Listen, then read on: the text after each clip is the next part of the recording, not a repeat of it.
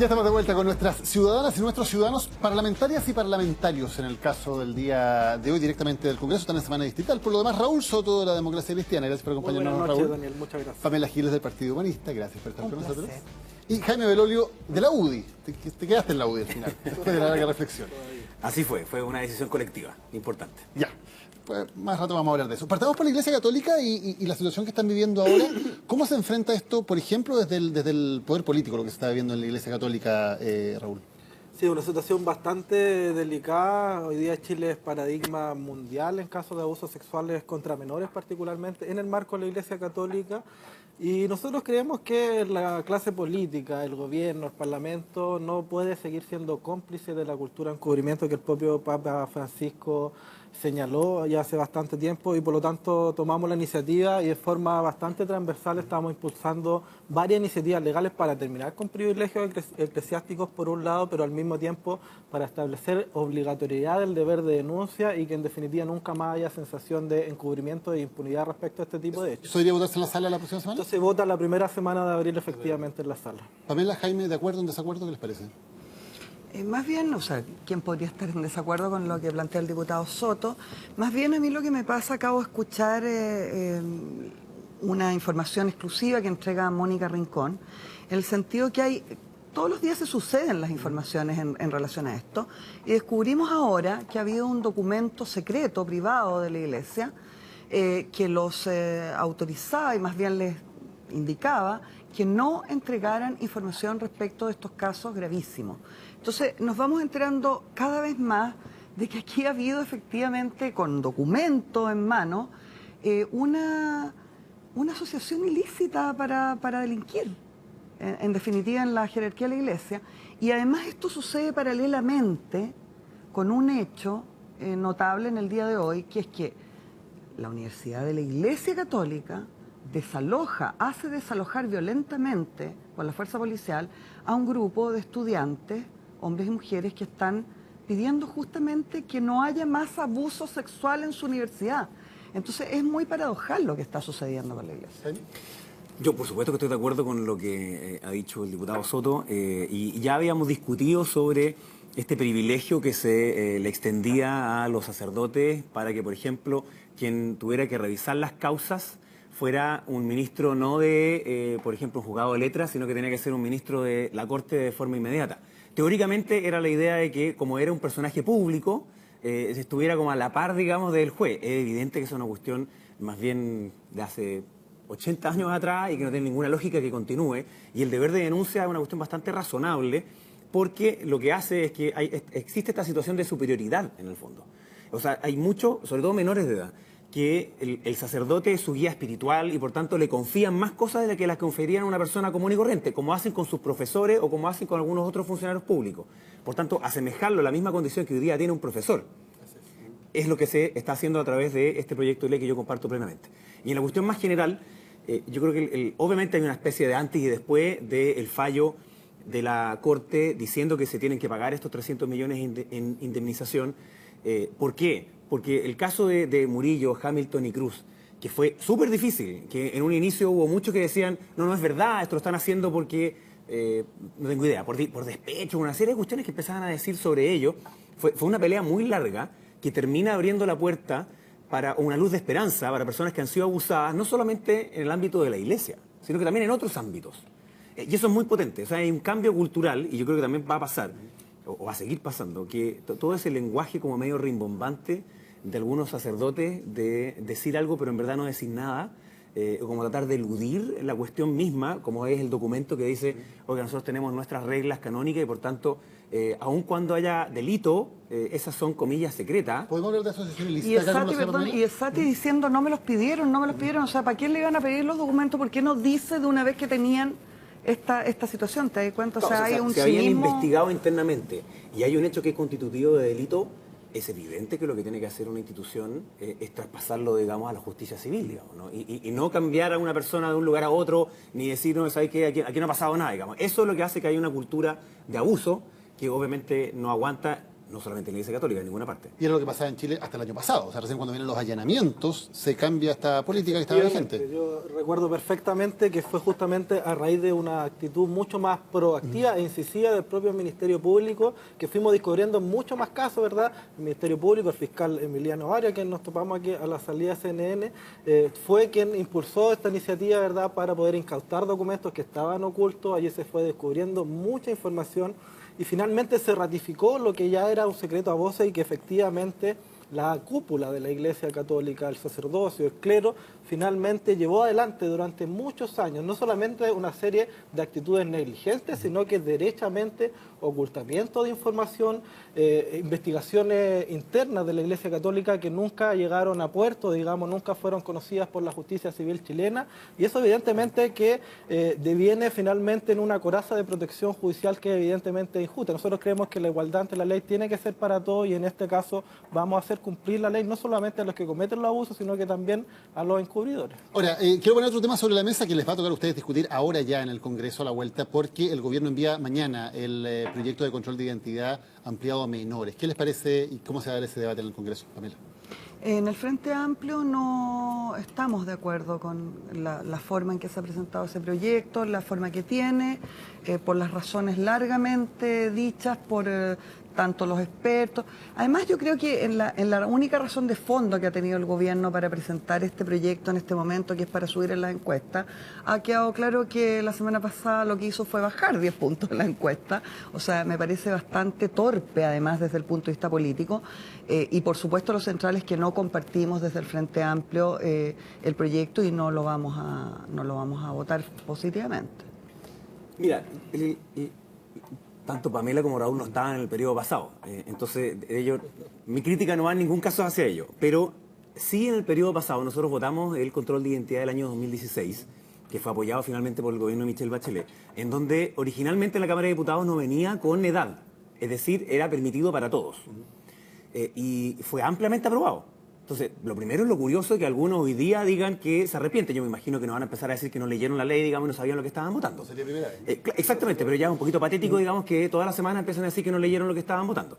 Lo segundo es que en ese mismo debate, los que estaban en contra decían que aquí se iba a venir un infierno y que iba a ser discriminación arbitraria permanente y un sesgo permanente, y resulta que han habido 4,5 millones de controles de identidad que han permitido que 1.700.000 personas hayan sido controladas con antecedentes previos y que hayan cerca de 100.000 detenciones por causas pendientes y 39 reclamos. Entonces, no se vino abajo el planeta ni otra cosa. ¿Cuál es el problema que yo sí tengo? Son dos, digamos, pero el primero, hoy día, si bien se fijó la edad a los 18 años, sin quererlo, igual le haces control de identidad a jóvenes de 17, 16, porque obviamente es difícil saber a priori, digamos, si tiene la edad mayor de 18 o no. Y son cerca de 40.000. Claro, es poco dentro de 4 millones y tanto. El problema entonces es que si tú bajas la edad a 14, vas entonces sin quererlo controlar a jóvenes de 13 y de 12. Y para mí sí eso es un problema. Y segundo es la facilitación, y viene en parte del proyecto, que no es solamente el hecho de tener el carnet físico, sino que también hay otras vías por las cuales tú puedes identificar entonces que no haya nunca, primero, un contacto físico, segundo, que se pueda inmediatamente conocer cuál es la reclamación posible, cuál es la razón por la cual se está haciendo también el control de identidad. Okay. Raúl, decía Jaime, no se vino el mundo abajo con el control de identidad, así que... Efectivamente, yo tengo más allá del proyecto una diferencia que es mucho más de fondo y que es un síntoma que ya se viene repitiendo hace bastante tiempo y que me lleva a concluir, Daniel, que este gobierno, el segundo gobierno del presidente Sebastián Piñera, debe ser de los gobiernos con menos visión de Estado desde el retorno a la democracia. El gobierno más cortoplacista, el gobierno que en definitiva legisla y hace política pública en base a la encuesta, en base a lo que me puede dar un resultado, unos puntos adicionales, digamos, en la encuesta de la semana siguiente. Y eso es preocupante, sobre todo cuando hablamos de delincuencia. A mí me encantaría ver una agenda de antidelincuencia que sea de verdad robusta, donde podamos abordar el tema de la prevención, el tema del combate a la delincuencia y el tema de la reinserción social, que son las tres patas de una mesa que evidentemente nunca la terminamos de completar. Aquí el gobierno se está centrando solamente en un tema que le puede causar rédito o apoyo ciudadano, en la medida que evidentemente hoy día la sensación ciudadana que hay efectivamente es de una inseguridad absoluta y es de que efectivamente los menores tienen ciertas diferencias y efectivamente efectivamente así por la responsabilidad penal adolescente, ¿verdad?, a la hora de responder ante un eventual delito. Y eso evidentemente que lo podemos revisar, pero como está planteado el proyecto, sin duda alguna, que al menos desde la democracia cristiana, y así lo hemos dicho en la bancada e institucionalmente, no vamos a estar por apoyar este proyecto. Sí se vino el mundo abajo, y el mundo abajo que se vino abajo es el de los niños, básicamente, el de la infancia, que es lo que a nosotros nos preocupa centralmente. Ya se ha dicho, ¿cierto?, este eslogan falso del gobierno, sin embargo tenemos un informe de Naciones Unidas respecto al tratamiento de la infancia en Chile que es lapidario. Es decir, que lo que dice es que en este país se maltrata sistemáticamente por parte del Estado a los niños, y eso es real y está expresado, por ejemplo, en este tipo de propuesta legislativa. O sea, vivimos una experiencia gravísima hace pocos meses atrás en que fuerzas policiales le disparan al señor Catrillanca, que resulta muerto, que iba acompañado de un menor de edad, que es maltratado, torturado y además pudo morir también en esa situación. La semana pasada tenemos un niño mapuche menor de edad que también fue detenido ilegalmente, y esto sucede frecuentemente. La infancia es maltratada y lo que hace el gobierno es buscar nuevos mecanismos para torturar, maltratar, desproteger a los niños chilenos. Porque aquí, con este control de identidad, la intención no es aplicársela a la gente de la dehesa, ¿cierto?, a los jóvenes, a los adolescentes de la dehesa. Aquí hay un tipo de legislación hecha, pensada, premeditadamente por el ministro Chadwick y por el gobierno de Piñera para perseguir, criminalizar a la infancia pobre. Eso es lo que se intenta criminalizar.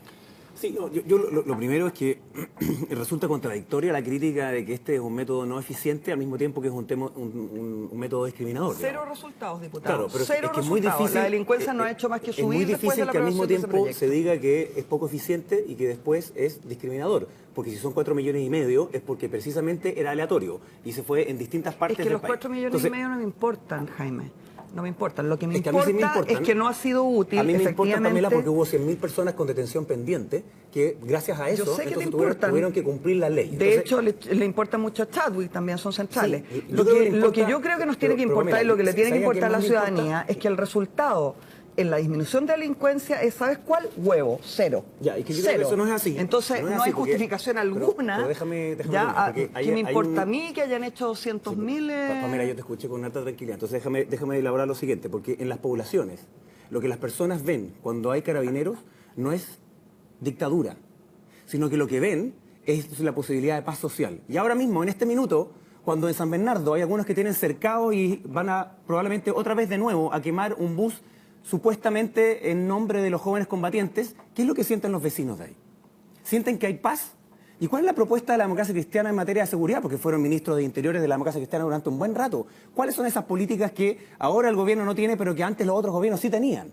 Entonces, ahora por primera vez, no solamente hay una mayor inversión en Sename, una mayor inversión en reinserción, una alerta temprana en caso de aquellos jóvenes que están dejando la escuela, que lamentablemente existen miles. Una política que dice, mire, ¿sabe qué? Nosotros queremos privilegiar en la infancia, no solamente en el Sename, sino que, por supuesto, después en el resto de aquellos jóvenes y niños que no están en el Sename. Entonces, está bien, podemos estar en desacuerdo, pero por primera vez, por distintas razones, hay un gobierno que está realmente comprometido con lo que pasa en la infancia. Entonces, esto es mucho más allá de la política del control de identidad o no. Entonces, si alguien está en desacuerdo con que se le entreguen atribuciones a carabineros para controlar la delincuencia, mejor díganlo como tal. ¿Pamela? Me alegra, Jaime, que tú seas un tan buen intérprete de lo que pasa por las cabezas de las personas en las poblaciones. Yo no sería quien para preguntarte ni para cuestionar que sea así. Sin embargo, yo conozco también lo que pasa en las poblaciones, quizás no tanto como tú, pero tengo también una cierta afinidad con lo que ocurre en las poblaciones, y no diría tan livianamente lo que tú estás sosteniendo respecto del Día del Joven Combatiente y lo que sucede en esos lugares. Te invito a que hay después también acá y vayamos a San Bernardo exactamente al lugar de los hechos, porque pasa todos los años durante los últimos 10 años. No me gustaría mucho ir acompañada por ti, Jaime, a una población, disculpa. Otra cita quizás te la puedo aceptar, pero esa no me está tincando mucho. Prefiero yo seguir visitando las poblaciones invito al panel con mi completo, si quiere, gente, para que que es la vaya, para que no gente tenga del Frente problema. Amplio. Bueno, lo que te quería decir, yo creo que tienes una visión profundamente equivocada. Yo creo que este gobierno, y en particular el Ministerio de Justicia, ha aplicado una política pésima respecto a la infancia. Como tú sabes, formo parte de la Comisión de Familia, donde gran parte de esa legislación se ha visto. ¿Ya? No es no va a pasar por nuestra comisión esta que estamos hablando en particular, pero yo creo que esta es expresiva de lo mismo, de que hay en general un maltrato de este gobierno a la infancia, un maltrato que se expresa, por ejemplo, en esta propuesta legislativa, en que lo que busca es criminalizar a la infancia pobre, a esa que a ti parece que te preocupa tanto de las poblaciones. Es ahí donde van a ir a reprimir. Y donde por lo demás, y yo creo que esto es lo central en relación al control de identidad. ¿Pedirle el carné a alguien es reprimir? Tú me pediste que yo te Sí, escuchara y te dejara es que me llamó la atención controlar. eso. ¿Pedir el carné es reprimir? Pedirle el No carné solo pedir el carné, es revisar en mi mochila, opinión, revisar- que es a mí a quien me preguntas inicialmente, en mi opinión, pedirle el carné de identidad a un menor pobre sí es maltratarlo. Vulnera su derecho a la libertad de tránsito, lo vulnera. Es una forma de maltrato y además es una forma de discriminación, porque es una legislación hecha solo para los adolescentes y los niños Si pobres. fuera rico, entonces no hay problema.